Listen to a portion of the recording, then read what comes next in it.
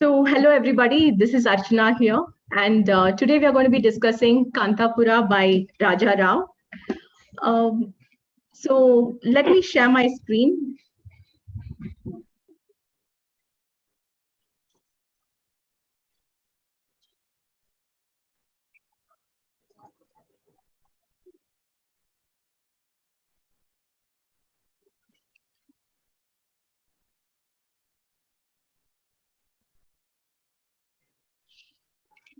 Is it clear, Tulika?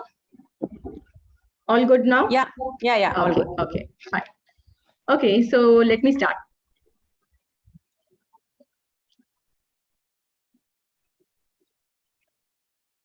By the way, this is we've completed 1 year in the book club.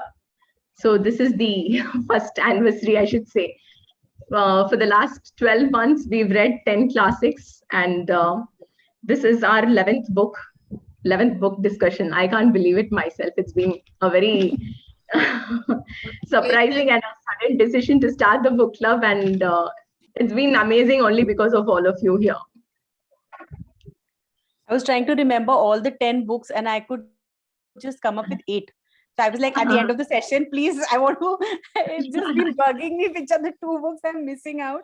Okay. Actually, all the discussions are there on the YouTube channel. I've got a playlist called Book Club Discussions, so you can just go and okay, great. I'll browse there. Okay, good. Today's book is actually very interesting and a very different one. So let's see a little bit about the history of the book, and it's one of the very first Indian novels in English. Written by an Indian, and it's going to be interesting. Let's dive into it.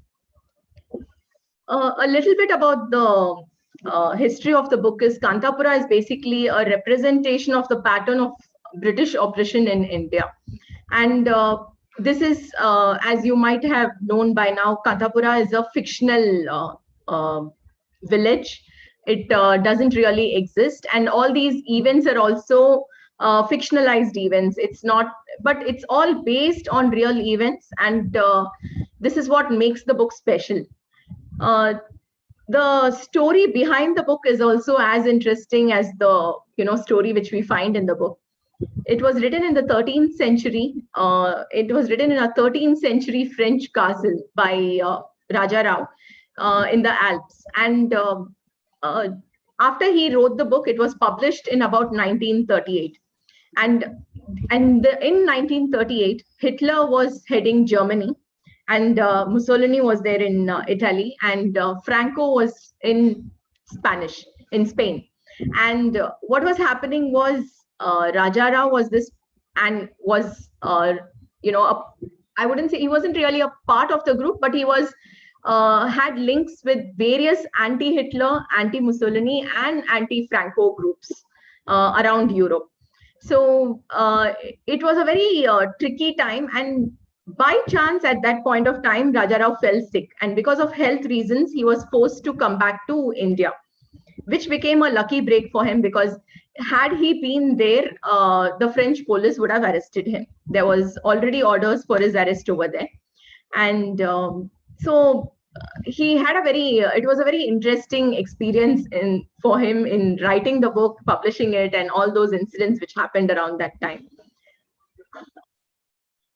So the entire book is modeled like a Hindu epic, like the Ramayana and Mahabharata.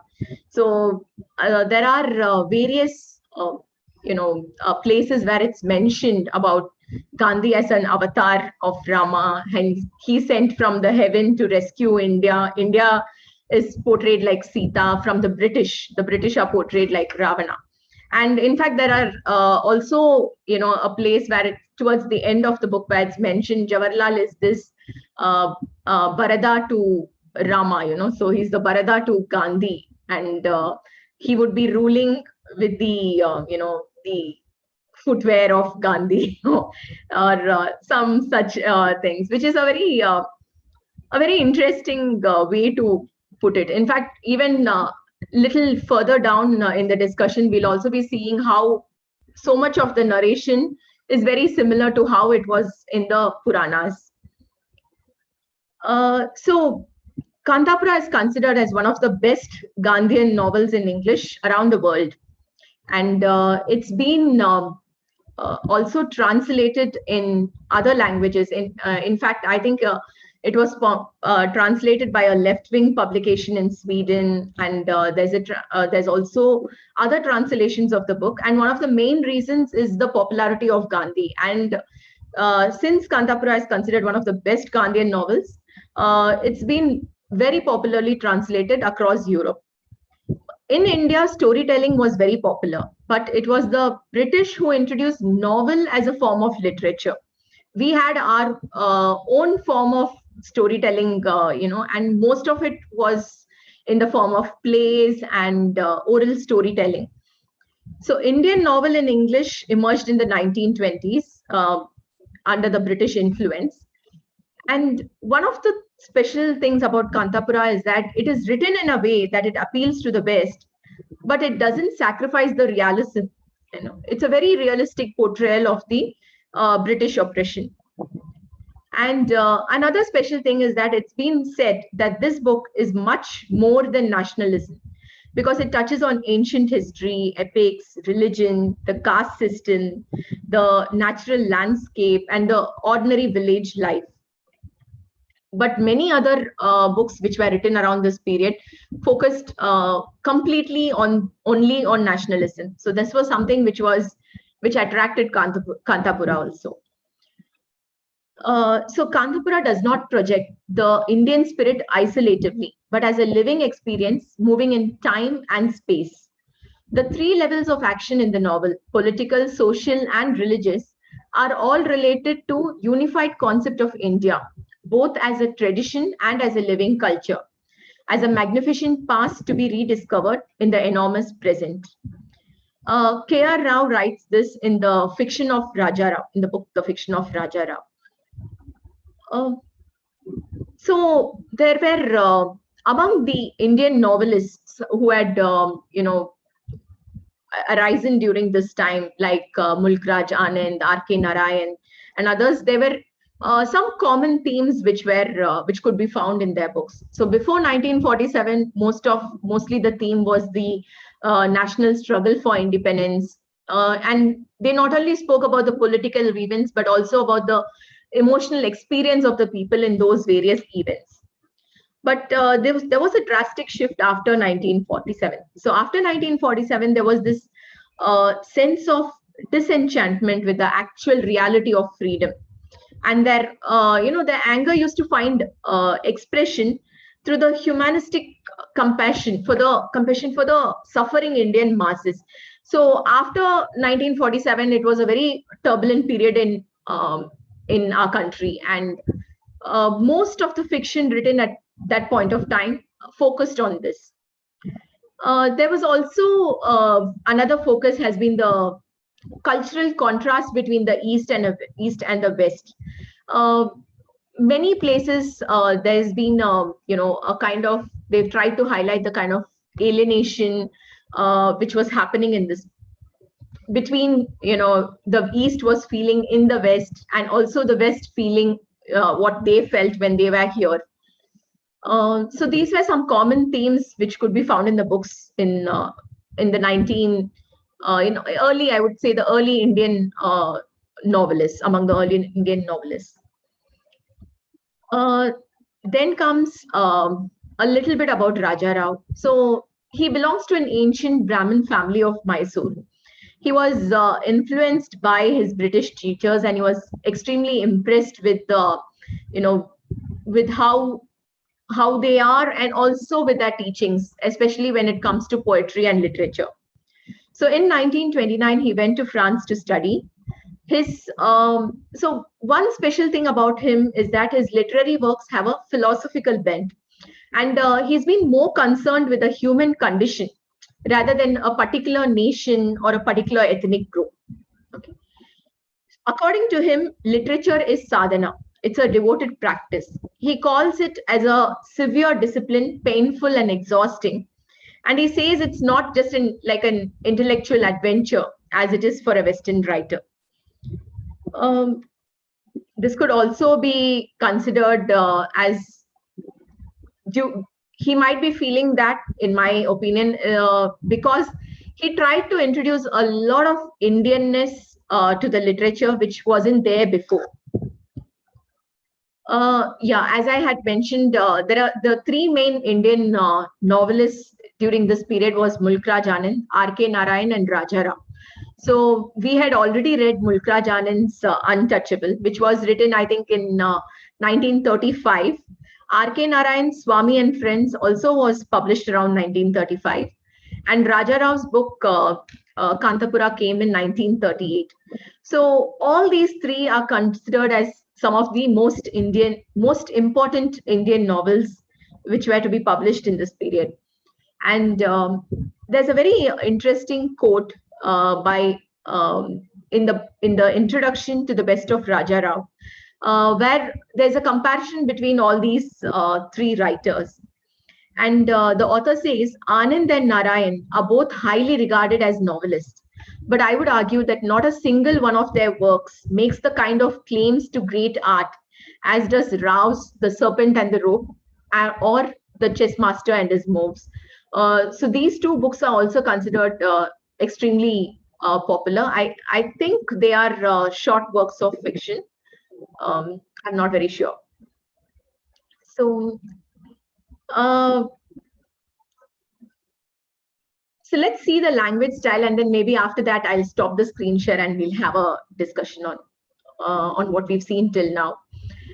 So the language style of Raja Rao, I think, has been the most special thing in this entire book. He has mingled the grace and tone, of the mother tongue and the kind of words and expressions used in his mother tongue, Kannada, with that of English, the foreign medium of his novels and short stories.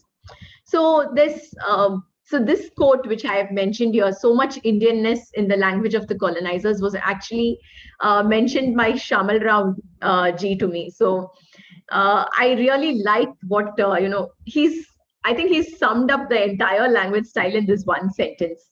It's so surprising that Raja Rao has been able to bring this kind of an Indianness to the language of the colonizers. Yeah. The local color in the dialogues is also something so special in this book. And another interesting thing is how he replaces the English idioms and proverbs with common expressions used in Kannada. Like, for example, he says a crow and sparrow story instead of a cock and bull tale. He says, instead of nip in the bud, he says crush in its seed. And so I could relate to this so much because even in Tamil, we have a saying which is, crush it in its seed.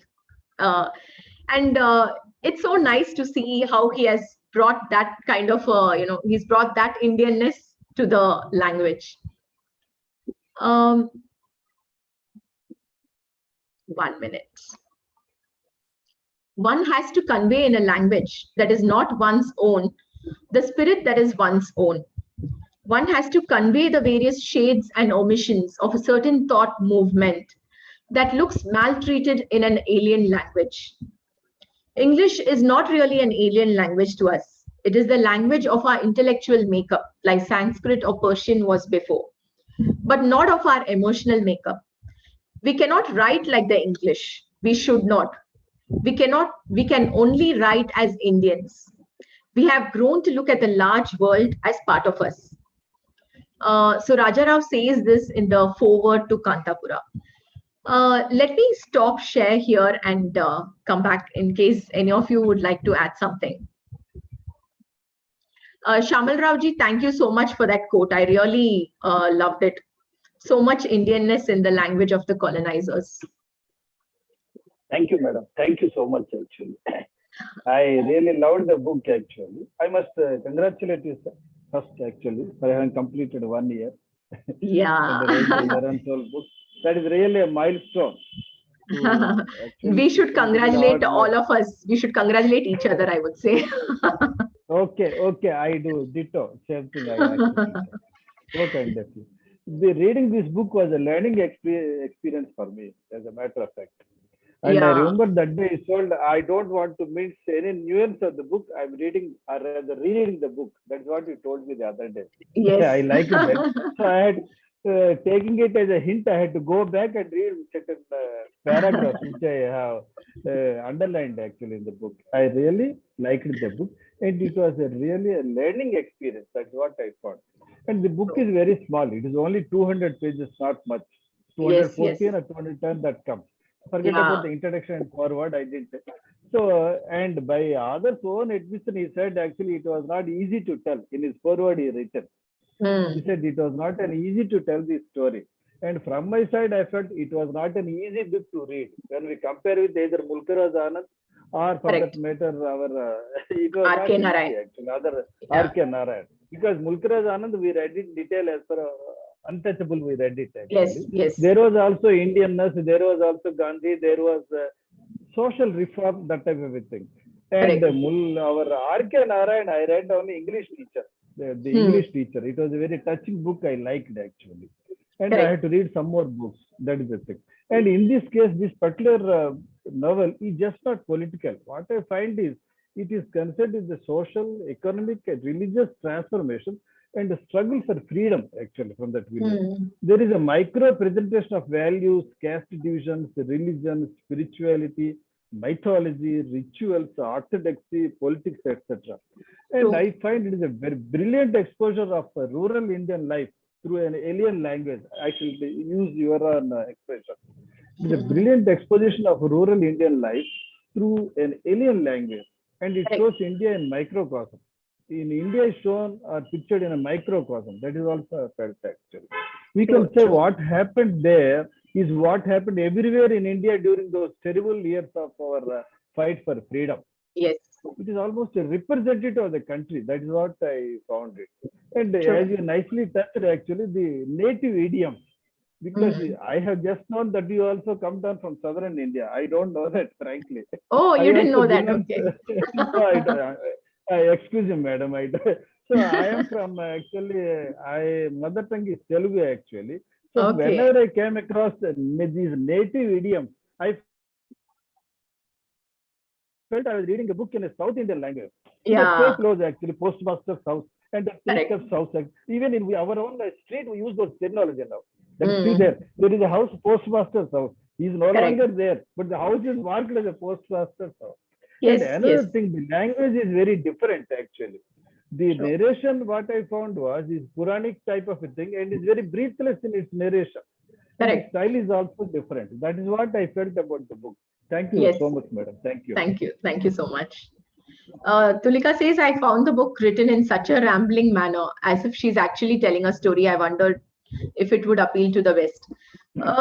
But it seems to have appealed actually, Tulika. It was very popular in the West. It has been, there's been multiple translations. In fact, um, I think the Dutch translation was the only one which didn't happen because the novelist who was in the process of translating it was shot by Nazis and he didn't complete the translation. Maybe it's the thing about the times. Like at that time, it would.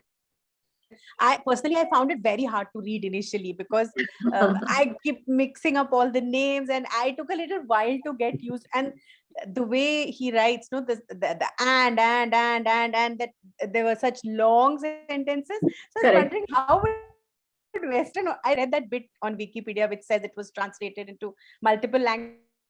I was a little puzzled. Like when I was finding it so tough, learning how Correct. did they but I think it's to do with the times because at that time probably they were used to those kind of even in the other classics that we've read, Mhm. like Tolstoy and all, they also had these long sentences. And so perhaps Correct. that was dealt with the style of that time. Another thing I really loved what he says, write like an Indian. This is so Mm. different from what we are having now. Now, like everyone will Yes. say, "Arey, I don't like Indian authors because the English is not right." But the Yeah. thing is, he says you write in Indian English. I Correct. that is so refreshing. Like True. Very true. most readers will say, "I don't like Indian authors," but then the content should be is what is the power rather than Yes. he's so happy with writing in Indian English. That is really sweet. I thought. I mean, that's very Yeah. refreshing to read. True, true, very true. It's he's got that that way of that adding that touch of Indianness. You feel like like what Shamal Raoji he said. You just feel like you're actually reading in an Indian language, Correct. though you're actually reading it in English. I But at kept this, translating it in my head, what is yeah, he? Because for me, closest is Hindi. So I kept, trying to imagine what he's okay. saying. So did you feel the same thing? Like, could you do it in Hindi also? Because in Tamil, I really found it was so similar to the way we speak in Tamil. For me, the name Like, was an issue for a while, but yeah, I could still get the Indian nuance out of his English yeah, acting. That was very much there. great, great, fascinating. So let me go get back to the presentation then. Okay.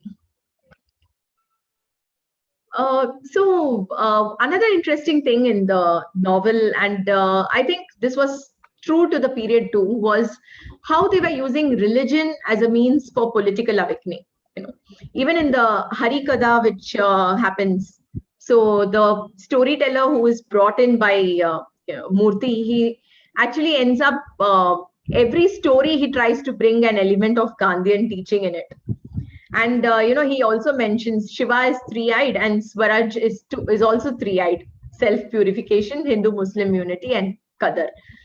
And also there is that another place where he parallels Gandhi's achievements to that of Krishna slaying the serpent. And he says that Gandhi would travel from place to place, and he would get that place rid of British rule. And there's talk about Ram Rajya. And so it's also said that Rajarao was fascinated with the Vedanta, and which is another reason why he tried to bring a lot of religion into his books, religion and religious principles, but not a specific religion. So he, though he's from a Brahmin family and other things, but he believed more in one religion, the power in religion as a whole, and rather than any specific religion. So he touches upon things like karma philosophy, the omnipresence of God, the immortality of soul, the doctrine of incarnation.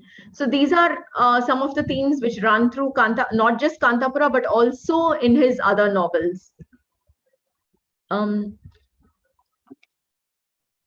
So another interesting thing is the various characters and the characterizations which are done over here.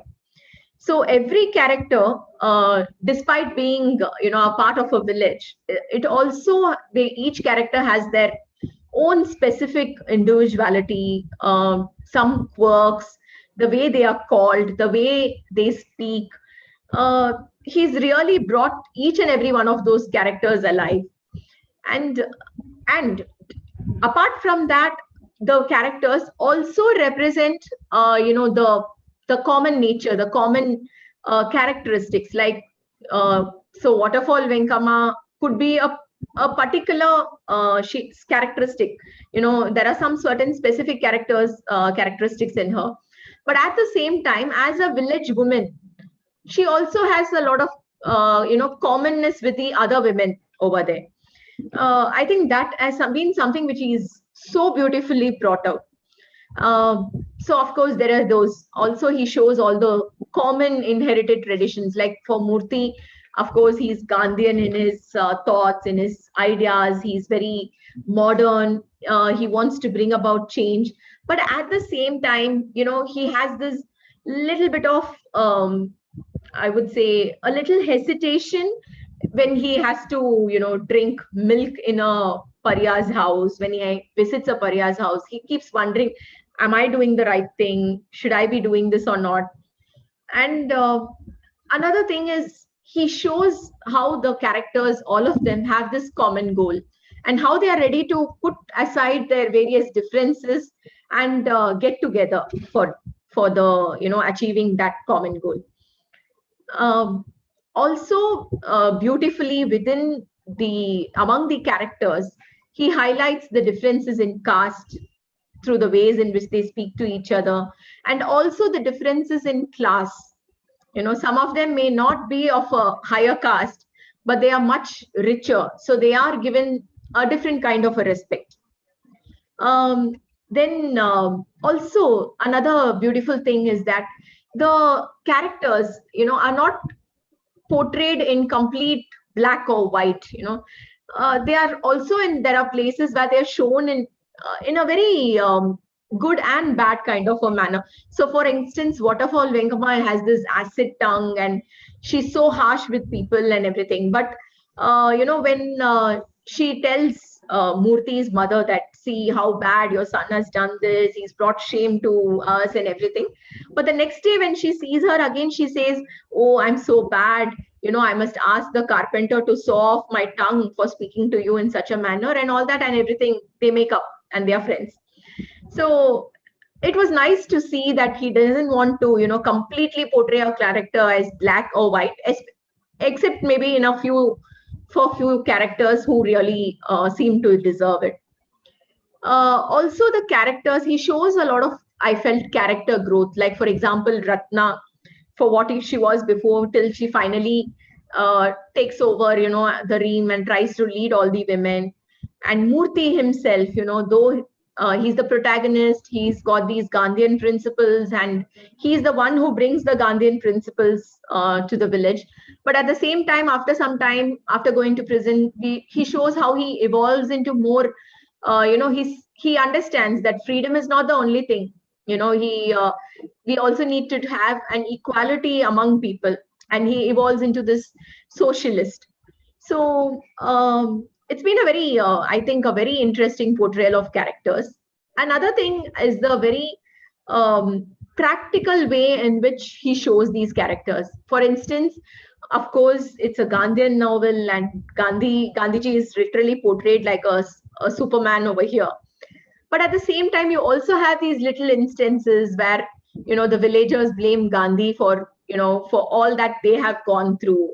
Then Murthy's mother, Narsamma, also, she also blames that if my son hadn't, fallen for all these Gandhi's teachings, then he wouldn't be such an outcast now. And also there is a place where they say, why should he advise the upper caste Hindus to mingle with the lower caste Paryas? This behavior is so un-Mahatma-like, And also there's one more place where, and they are very practical. So they sometimes, when Murthy insists on certain things, they say, this is only possible for you and Gandhi, like Range Gowda, he says, that's for the Mahatma and for you, Murtappa, not for us poor folk. This is when Gandhi says, when Murthy says, Gandhiji wants you to remove hatred from your hearts. You must love even your enemies and all that. And then Range Gowda finds that impractical. He will say, I can't do that. It's okay. So, okay, coming back to the narrative style, just what, Tulika, we were talking about. So the narrator over here is Achaka. So Achaka is the grandmother, she's this respectable grandmother of the village, and she treats everyone as her children and grandchildren. That's why she calls people as Venkamma, Amma, Akka, Appa, Acha, and all these things, words come. And she has this habit of naming, the family and the profession when introducing them to the reader. And this is how it is done in the villages, and the author has tried to give a very realistic portrayal and a very realistic form of narration. So in fact, it said the narrative style here is more like the Puranas. It reflects the oral storytelling heritage, where a tale is rapidly told in one breath by a village grandmother. So that's the exact kind of feeling that the author has tried to bring into the book. Do you want to add anything, Tulika? No, it's okay. I already said this. The told in one breath thing, that I found that hard to get used to. But yeah. I can see that now. But when you were reading, did you feel that you were rushing through the book? Not really. Okay. I was good with that. I was good with that. Only the sentences were so long in some places. Yeah. To go back and forth. Otherwise, Yeah. Especially, I think, with the descriptions. In fact, I read one review where they had mentioned that some of the descriptions sound more like a prose poem, rather than a novel. Lots of places. That's when it says Kartik has come. That chapter starts like that, and then Kartik has come. it's Yeah. so poetic. Yeah, that whole thing. Yeah. So the other, I think, very interesting portrayal in the book is the women of Kantapura, who are so vocal and who are equal to the men in, in putting in efforts for the struggle for independence. So the women of Kantapura play a very equal and important role. In fact, it could be said like if the protagonist is Murthy, the second protagonist could probably be called as all the women of Kantapura.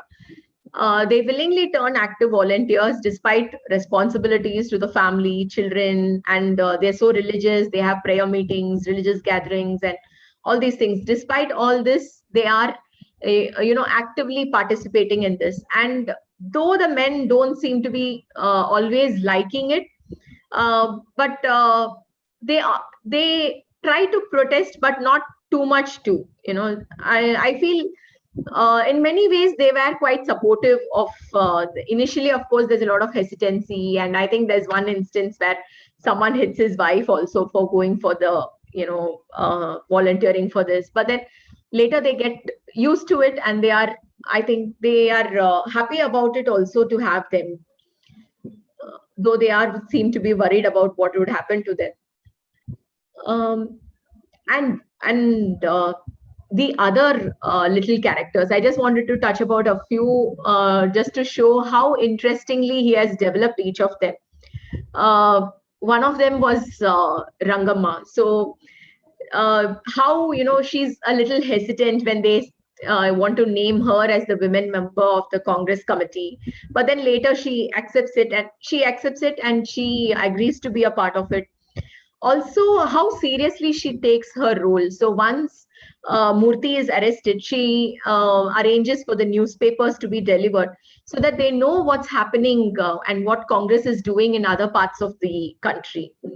Then Ratna, how she takes over the mantle after Rangamma's arrest, and she tries to gather the people, march, and take part in the protests. Then comes Range Gowda. Then again, he's called as the tiger.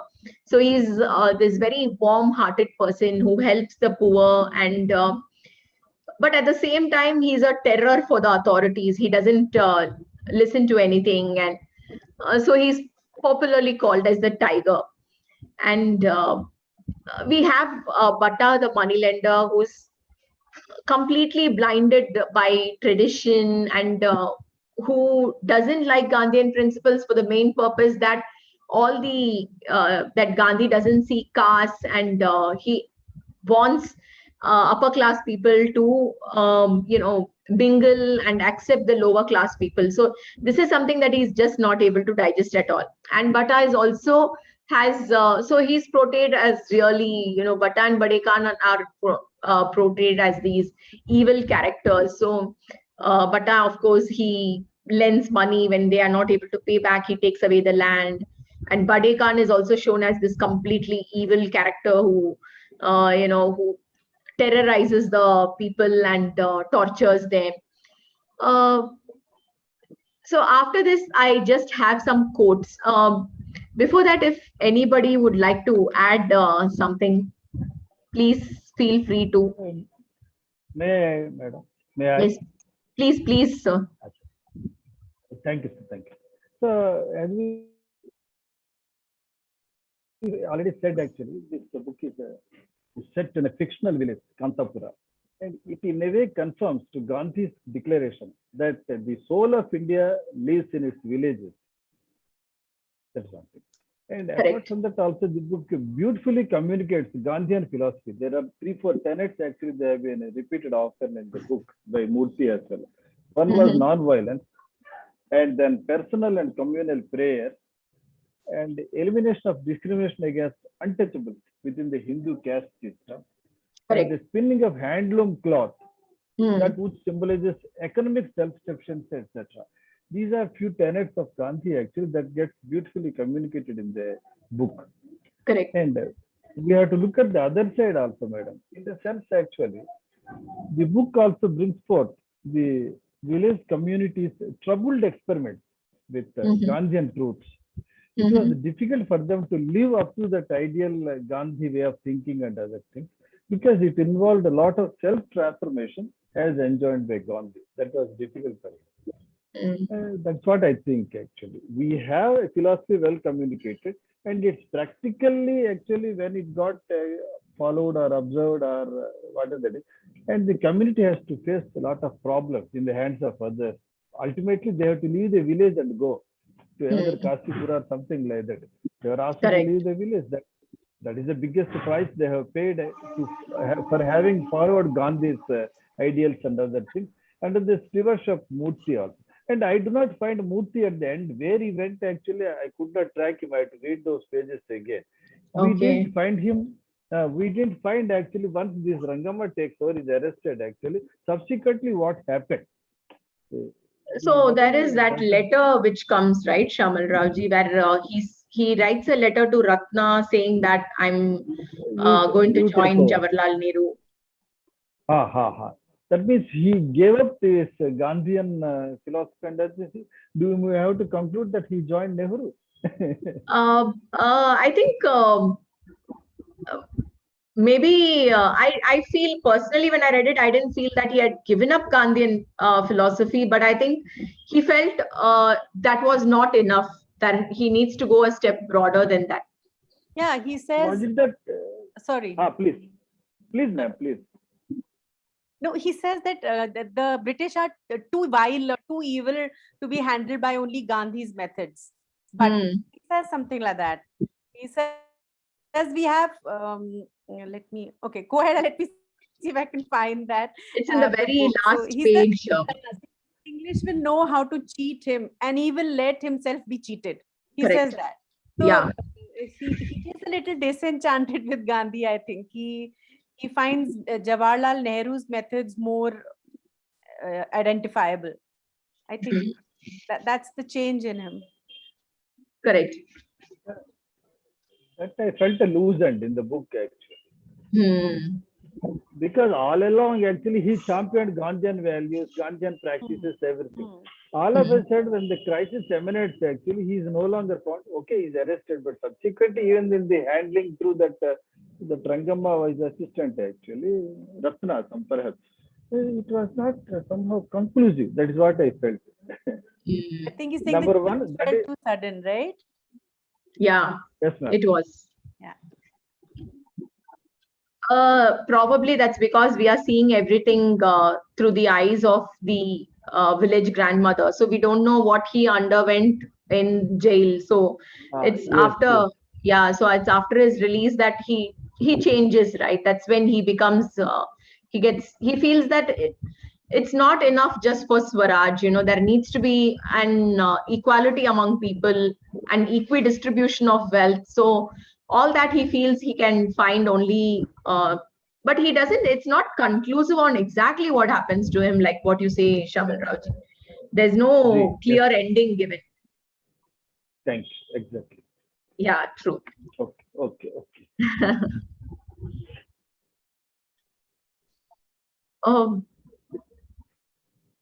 I just had a few quotes which I would like to share. In fact, when I went through the quotes by Raja Rao, there were so many. I just chose a couple of them. So this was very interesting. So Raja Rao says, all writers write only autobiography. So somewhere everything is an autobiography.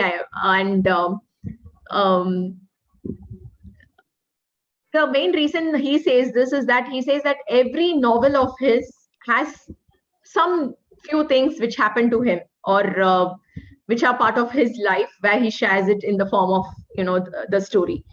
And so this was one thing interesting. And Archana, this is Rajani. I want to ask you, as a fiction writer, what do you think about this quote?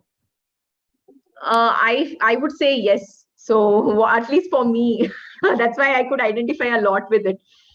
So But don't you think?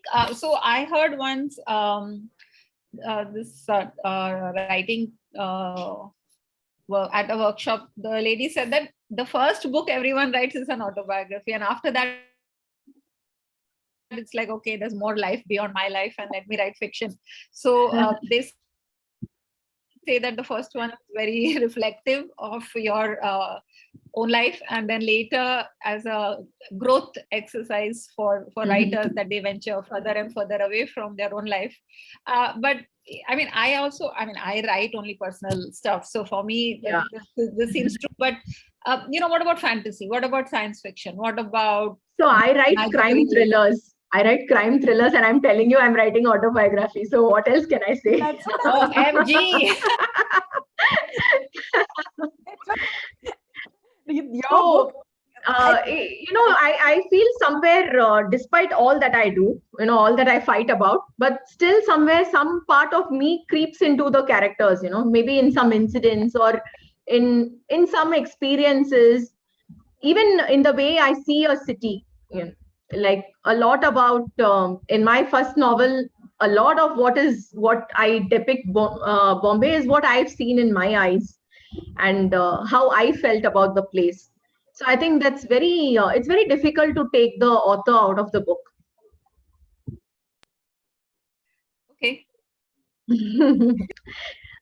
But of course, complete autobiographical, I think that you evolve out of it, like what you heard in the workshop. Maybe the first few are really autobiographical a lot, but even after that, at least for me, I don't see myself writing about something that I know nothing about.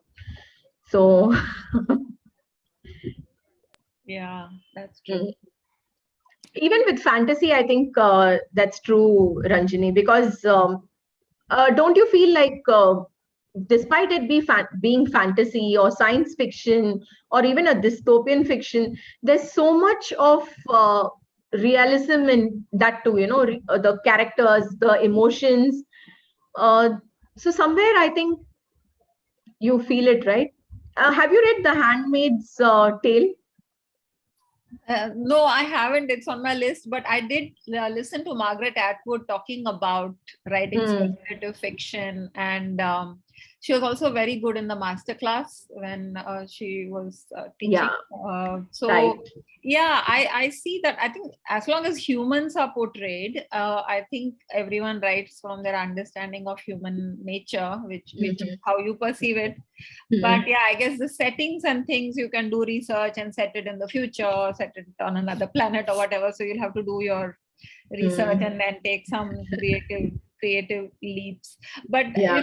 but I'll tell you, I'm reading a book of short stories right now, and I don't know the author personally, but nowadays everyone is on social media or whatever, right? So you see parts of them, and as I'm reading every short story, I'm thinking, which part of this really happened to her and which part of it fiction?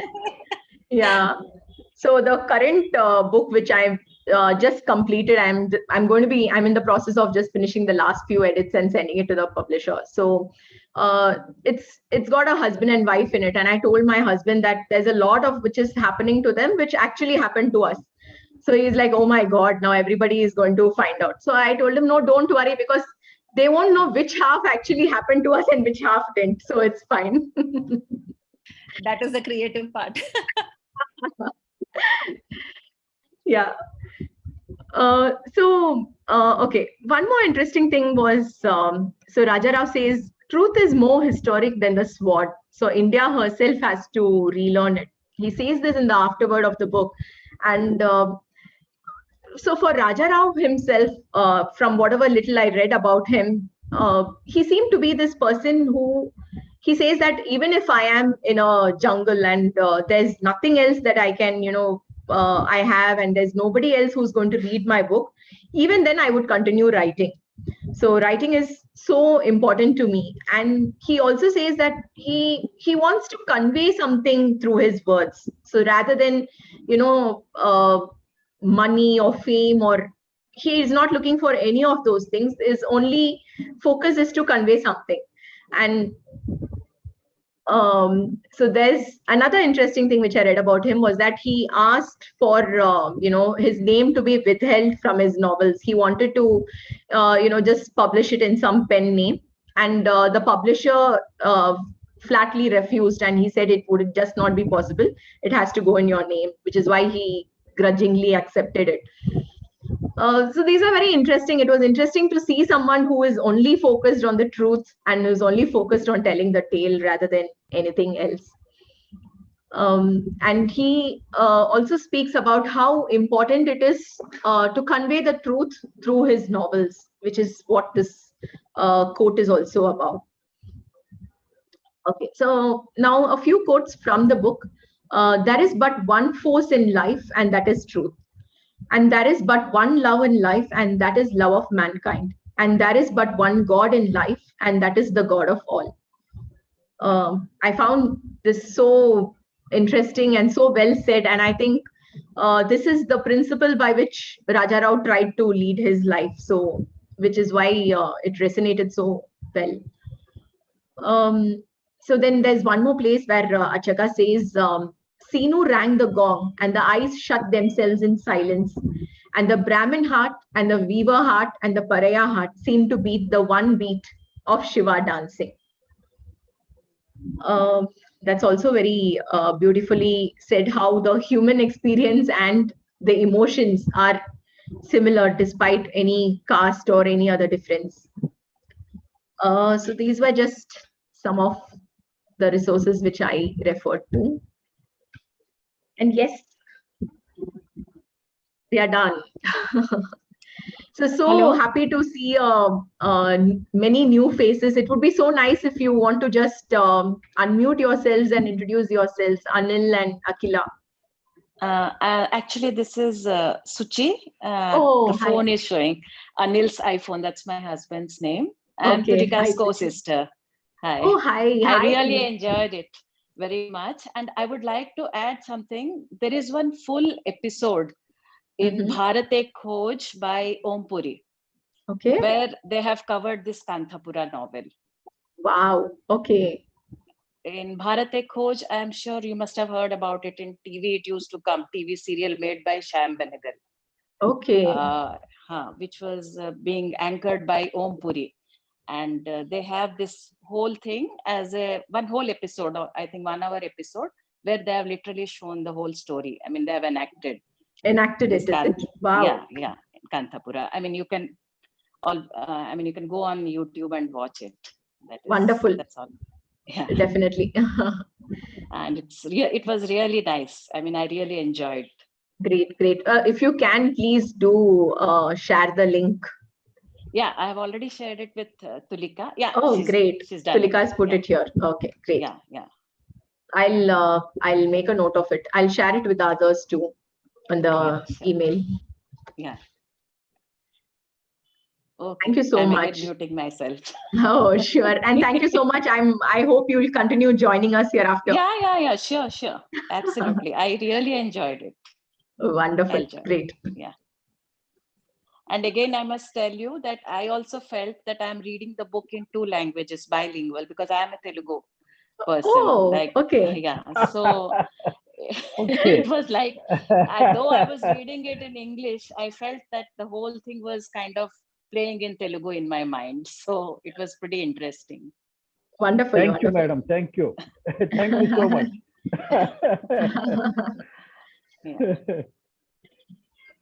So we can also realize so much, there's so much similarity between the Indian languages too. So because I felt the same, I could relate to Tamil, so you could relate to Telugu, and he wrote his with the Kannada in his mind. So, and Tulika also felt there was a strong feeling of Hindi for her. So this is wonderful.